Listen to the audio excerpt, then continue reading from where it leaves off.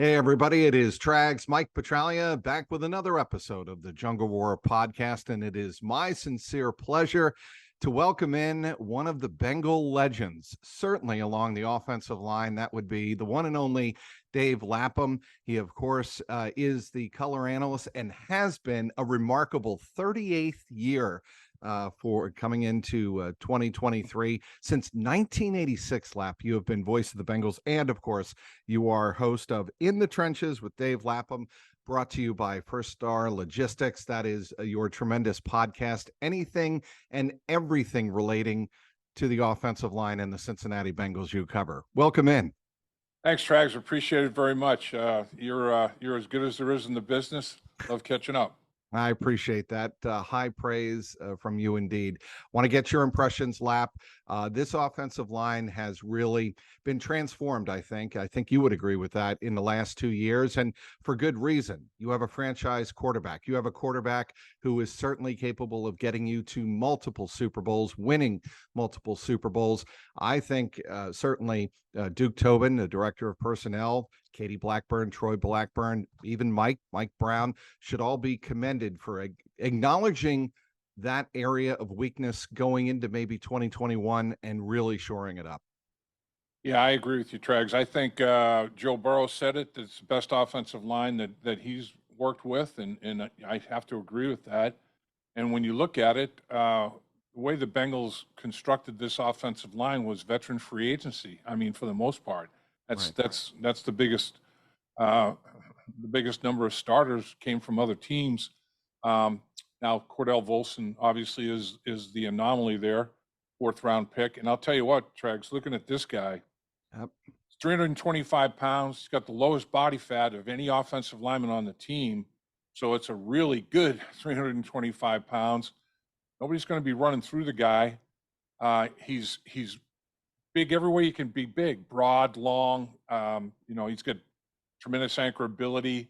Orlando Brown's a massive man. Cordell Volson is big as there is in the interior. That left side of the offensive line is going to block out the sun on some days. I'm telling you, total eclipse, not partial, total. I mean, it is it's amazing. But Orlando Brown picking him up as quickly as they did when he came available from the Kansas City Chiefs and constructing a deal there, and Ted Karras was a great acquisition in free agency. Alex Kapp, I mean, they've done a phenomenal job of going out and addressing needs in free agency to put together an offensive line for Frank Pollock to work with. And I got to give the offensive lineman credit, because if you've been at a team for a few years, you're used to certain techniques, language, all those kind of things.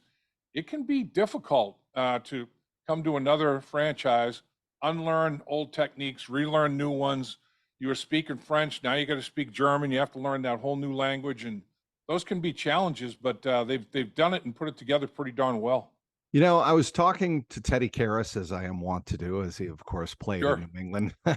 And I was talking to him on Monday after practice, and we had exactly that conversation, because being around Dante Scarnecchia as he was as a player, as I was as a media member, you really appreciate the details. But it was interesting to me because he said Dante was more about very intricate details, where I think Frank is more macroscopic.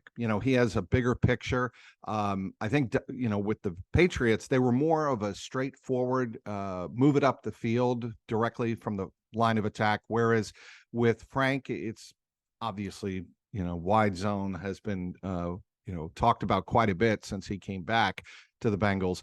I'd like to get your impression on, making that transition, not only from a different language, but a different style, different technique, and what it took for somebody like Ted Karras to adjust. Yeah, I mean, Ted Karras is a very, very intelligent man, and very gifted in a lot of ways from a physical standpoint as well.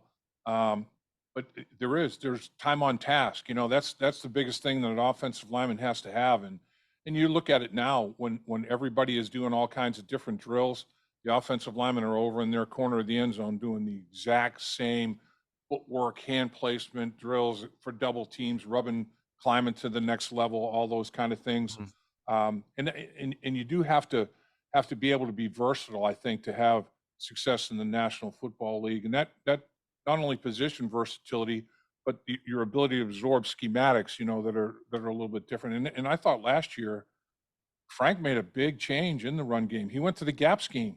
I mean, about a little over halfway through the season, he went from that, stretch inside outside zone stuff to a gap scheme where instead of doing the moving area blocks, double teaming and that sort of thing. If a guy crosses your face, you're up the field, the other guy consumes him, takes him over and all that, to just locking down and pulling people, angle block, seal and pull. Was that to get the Joe Mixon going? Was that, do you think it pure, boiled down to its simplest form, was that to kickstart Joe Mixon? Yeah, I think to give Joe a different view of things. And I think Frank felt like his offensive line that fit their skill set as well. It wasn't like sacrificing something they couldn't do to make sure that Joe felt more comfortable. I think he felt like his guys had the versatility athletically, to be able to get that done. So, yeah, I mean, it's interesting too. Offensive line coaches, with Jim McNally, when you put on end zone tape, it looked like a bunch of June Taylor dances. It was all choreographed, same step, same hand placement. I mean, exactly the same. Now, the thing that you have to realize is everybody's body type's not the same. Everybody doesn't have the same type of movement, fluid movement or whatever. So you do have to allow for, okay, this guy can't quite do it exactly the same as this guy. It's not cookie cutter. I mean, everybody has long torso, not the same torso. Some are long, some are short, long legs, short legs. So it's different things. But overall, big picture, you're doing the same thing. Whatever your body allows you to do within that concept, you're going to get done. And guys adjust accordingly. And the great offensive line coaches let guys incorporate their technique into their body type, and out of that comes success. Zach Taylor asked about this again after practice on Monday, and it's been one of the focal points coming into training camp, right tackle. It's going to be Jonah Williams or Jackson Carman. We presume at this point it's going to be Jonah. He's going to make that transition from the left side, obviously, over to the right. And L. Collins is not in the picture, obviously. He's going to start on PUP and is starting on PUP. Why? We all know that for a right-handed quarterback, the blind side is the left side. That's why the left tackle is so important. What are the biggest responsibilities of a right tackle? You played right guard, obviously.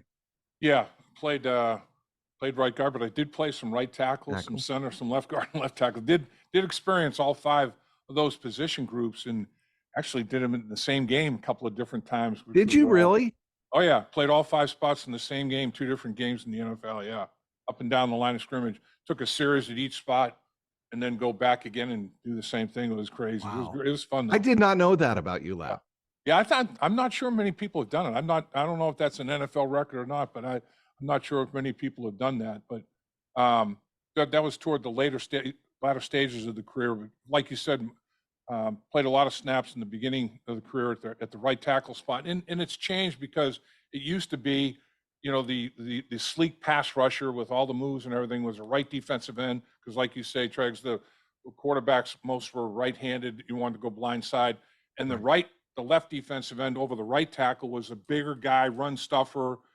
Not that he was a stiff in terms of a pass rusher, but more teams were right-handed in their running game, and you wanted to protect the quarterback's blind side with that left tackle. So you might have had a smaller, maybe more athletic left tackle and a bigger, stronger body type right tackle. That's out now. That's by the boards because the National Football League is just throw it. And they have pass rushers everywhere. They have pass rushers kicked down inside over the guards in today's NFL. That would have been right defensive ends back in the NFL in the 60s and 70s. So it's changed so much. But, like you said, blindside, it's just hard. You just don't see that backside rush as much as you can see from the front side. But you do have to have, you can't be, this guy's predominantly a run blocker, earth mover kind of guy at right tackle, and he's okay in pass protection. Right. You still have to pass block because, look at the AFC, 16 teams in the AFC. projected starting quarterbacks, barring injury or other foreseen things, 15 of the 16 teams first-round draft picks at quarterback. Jimmy Garoppolo is a second-round pick. He's the only one. It's not a first-round pick. So the league has gone to throwing the football and spreading the field and doing all those kind of things. So you do have to have guys that are capable of doing both. But I do think still the bigger, stronger guy might be at the right tackle position, because when teams do run the ball, for whatever reason, they are more right-handed running the football. So what have you seen early on? And as we record this is Tuesday, this will be the first, believe it or not, August 1st will be the first day of full pads. I'm sure it blows your mind. Back in the day, you were 4th of July, you were reporting, and you had 2-a-days and you had the pads on right away.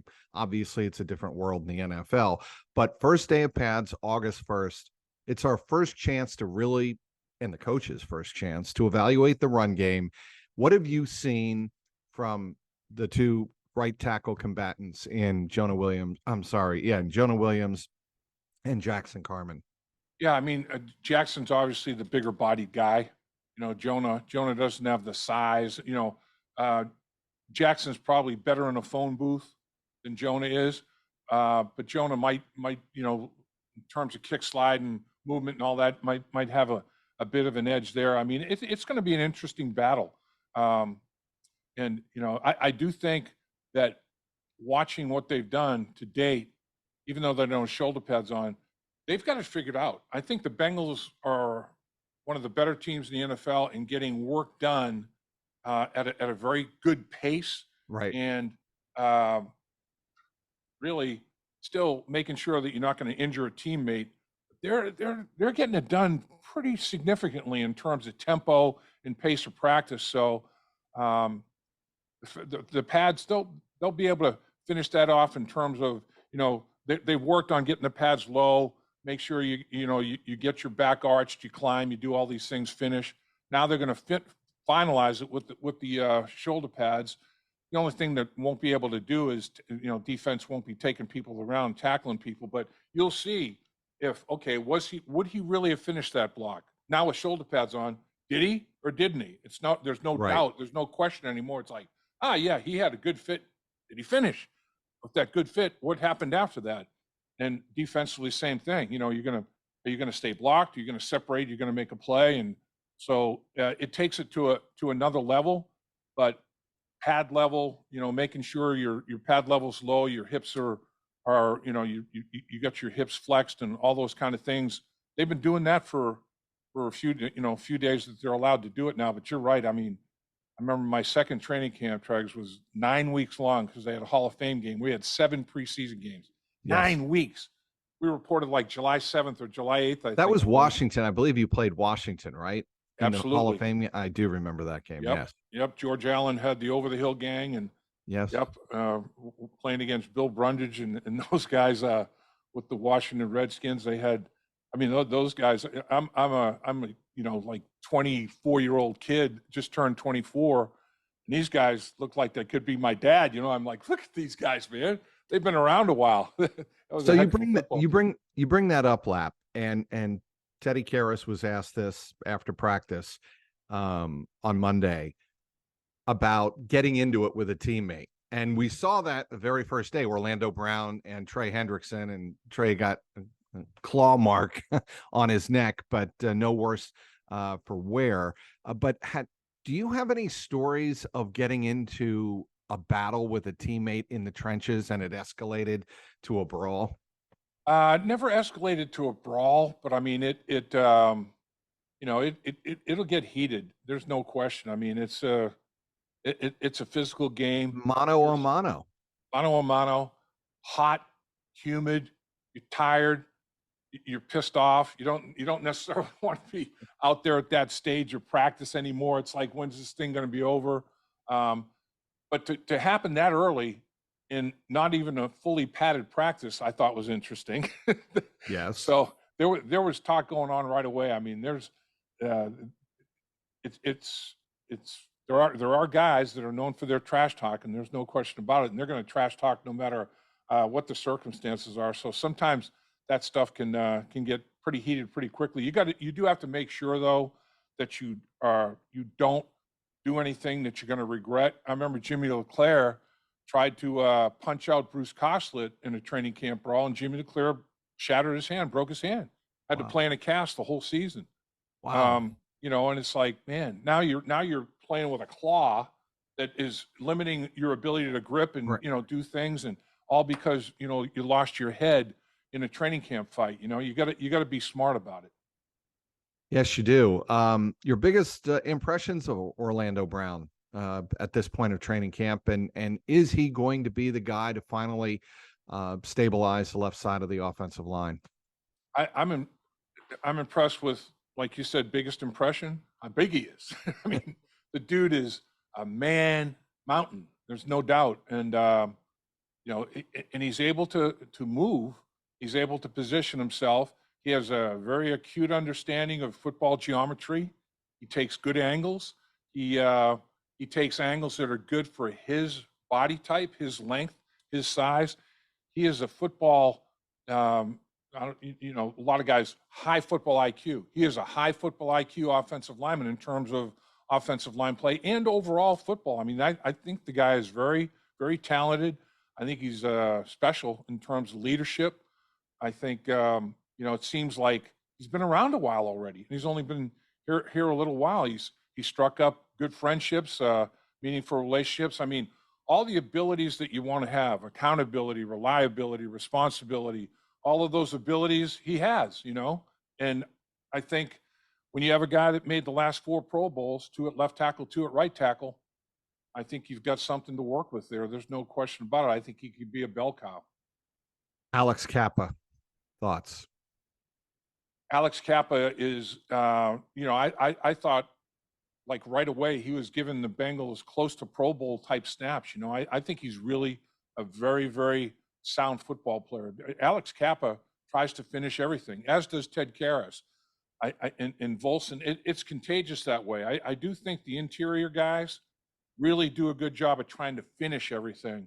And Orlando is somebody that brings that to the table as well. These guys, they don't want to just block you.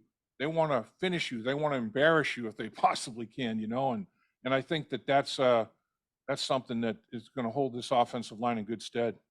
From a layperson, which I clearly am, my impression last year when they made that transition we talked about a couple of minutes ago, from the wide zone run to the gap, Yep. was to take advantage of what I viewed as the strength of that offensive line midway through the season. That was between the guards, guard, center, guard.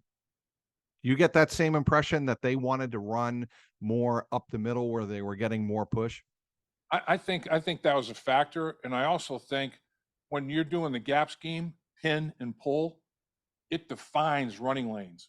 Sometimes the wide zone, it's like it doesn't, the running lane doesn't appear that, oh It's man, like an immediately. amoeba. You know, it's like It moves. it's gonna take a little while, and Right. you know, what kind of a feel do you have for the cutback, and you don't want to stop and cut back. So I think that part of it was like when you said to help Joe. I think the declaration of the running lanes, I think, can be a lot faster when you're pinning and pulling in that gap scheme. All right, the other Joe Burrow. We saw him in the locker room on Monday, and I thought that was a good sign because he was up walking around. He had a sleeve on the right calf, but no crutches. He appeared to be moving around normally. Obviously, he's not. We don't see him jogging or doing anything athletic. I'm not going to go there yet. Right, right. But he was in the locker room, and it's the first time anybody had seen him, at least in public. We had seen him, the players, his teammates have, and the coaches have, but we had not seen him. When you can look back on that play, when he steps up in the pocket and then he scrambles, it looked like, I think Zach alluded to this, it was off script in training camp. Are quarterbacks encouraged, discouraged to do that kind of stuff? Well, you know, it's like you see other quarterbacks doing it around the league. You see starters, non-starters. You know, part of football is creating and extending plays. And what does the defense do in those situations when it's the scripted play? You handled it, but then when the creation and extension happens, what do you do on that second play? Um, It's interesting though.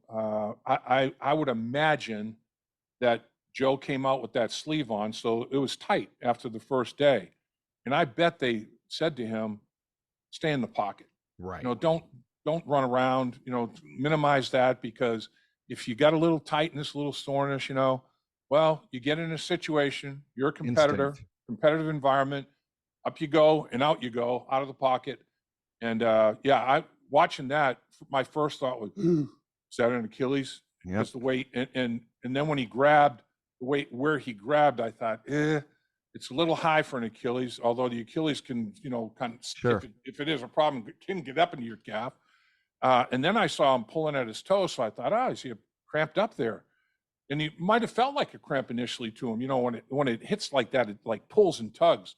So he's probably trying to stretch it out, and then it's like, yep, realize I have a little bit of a more of a problem than a calf. It's a strain, and those things. That's the thing. I don't know where the locate. There are three muscles, a couple small ones and a big one. There's first, second, third degree. This is a lower degree, and where's the location of it? Is it down closer, you know, to the base of his calf? Is it mid or is it up high closer to the knee? If it's a mild mid calf, I think that would be the best situation. That seems to be maybe what's going on with them. And but man, you got to be careful. They can linger. I Yep. mean, I had a mild strain one time, and going through it, it's like you move. You know, we weren't doing hitting sleds and that sort of thing. You hit it and you start moving just right. Oh, there's a tug, there's a yank there, and it's like, man, when is that going to go away? So, I mean, in today's football, I think everybody's of the same mindset. Once it starts feeling better, give it another week. So, how many weeks is it going to be? I don't know. I'm thinking maybe 3 on the short end, as many as 6 if it continues to Right. linger. I hope it's not that long. I'm hoping it's, I don't know, maybe 2 on the short end, 4 on the long end, but it could be 3 on the short end, 6 on the long end. You just don't know. Calves are tricky and delicate, man. Speaking with Dave Lapham, he is the host of In the Trenches with Dave Lapham, brought to you by First Star Logistics. Lap, there's one concern I have with the improvement of the offensive line, and I could be completely off base, so that's why you're here. Correct me if I'm off base.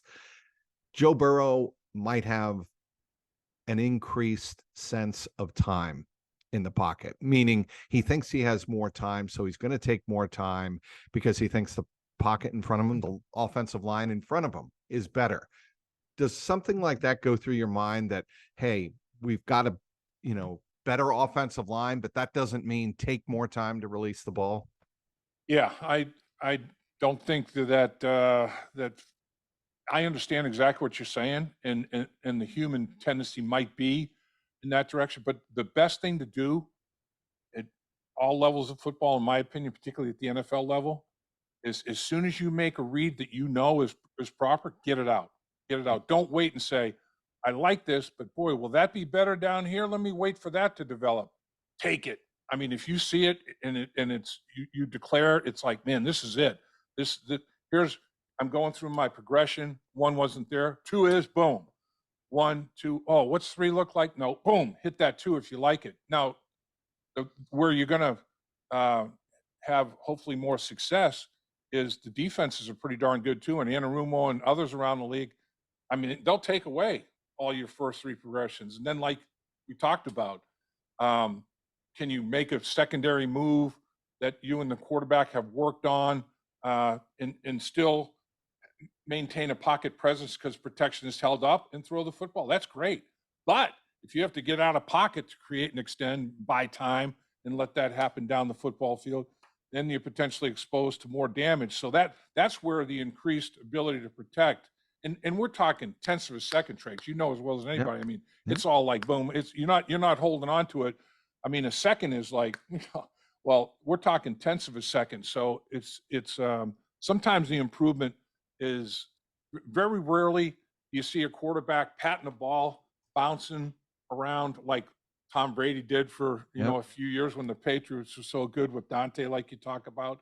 That is a dream. That's a Someone once told me up there that Tom did it, I think, in reverse, but I could be wrong about this. He would look downfield first Mhm. for his longest read, then come back to an intermediate, then come back to his check down. A lot of quarterbacks don't do that. Is that true? Yeah, well, let's think about it. Okay. The deep reads, the deeper routes take a little longer. So if you're looking deep first, they're not there necessarily yet, but he's so gifted. This is going to develop. The way Correct. this is unfolding, I'm Right. going to have that. So instead of maybe looking at the he's looking at coverages, and based on coverages, he knows what the route tree and concepts are, and he's like, that deep ball can be there right away.